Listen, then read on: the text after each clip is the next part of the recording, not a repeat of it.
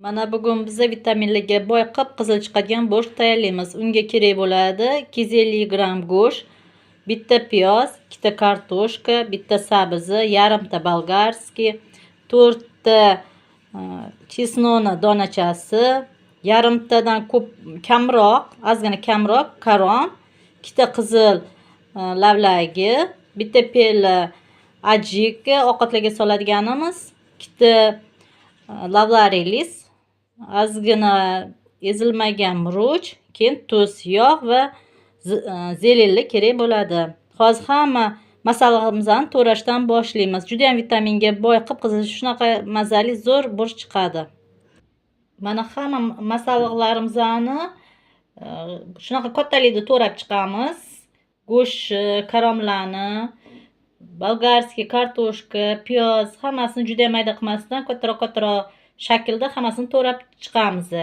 Faqat hozir qizilo'ligini bunga aralashtirmaymiz. Qizilo'ligini alohida qo'ramiz. Shuning uchun hozir uni to'rab olmadim.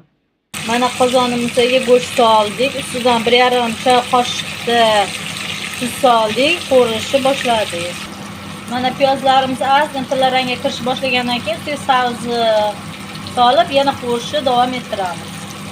Mana endi ustiga sabzidan ustidan bolgarskiyni, chesnonlarni ham baravar solamiz. Ozginagina aralashtiramiz. Juda ko'p aralashtirib qo'rib tashlamaymiz. Ozginagina qo'rib ustidan keyin ajikani solamiz. Ovqatga soladigan ajikani. Mana pomidorimizni ham soldik. O'sha ovqatga solinadigan ajikasini ham soldik. Yarim pelladan ko'proq yana qo'rishni davom ettiramiz. Keyin kartoshka bilan kartoshkani solib ozgina qo'rib, keyin karom solamiz. Mana karomni ham soldik. Yaxshilab aralashtiramiz. Juda ko'p qo'ysak, ko'p qolib ketsa, qo'rishda karomlar o'lib qoladi. Shuning uchun 3-4 marta aralashtiramiz, darhol suv solishga to'g'ri keladi. Mana qozonimizga suv soldik. Ikkita boyga lavlorilis, keyin ozgina qora murchni, butun qora murchni solamiz ustidan qaynashdan oldin. Mana skorotkамizga yarim cho'mich yog' solib qizdirishga qo'ydik. Qizillo'ligimizni hammasini shunaqa ingichka somoncha qilib to'rab olamiz va boyagi skorotka yog' solib qo'rishni boshlaymiz. Mana qizillo'ligimizni qo'ryapmiz, o'rta olovda qo'rib turamiz. Keyin olovni pasaytiramiz. Piyozni bo'shimiz qaynavyapti, uni tuzini ko'ramiz. Tuzi past bo'lsa, tuzlarni to'g'rilaymiz. Mana shunchacha ovqat qizartiradiganimizdan boyagi qizillo'ligimizga qo'shib, aralashtirib, hali ham past olovda turaveradi qizillo'ligi. Olovni o'chirmaymiz. Qizillo'ligimiz hali pishmagan. Mana qizillo'ligini aralashtirib qo'ydik, olovni past qilib qo'yganmiz. Qizillo'ligimiz ovqat bilan почти baravar tayyor bo'ladi. Ungacha o'chirmaymiz qizillo'lik. Past olovda turaveradi, aralashtirib turamiz.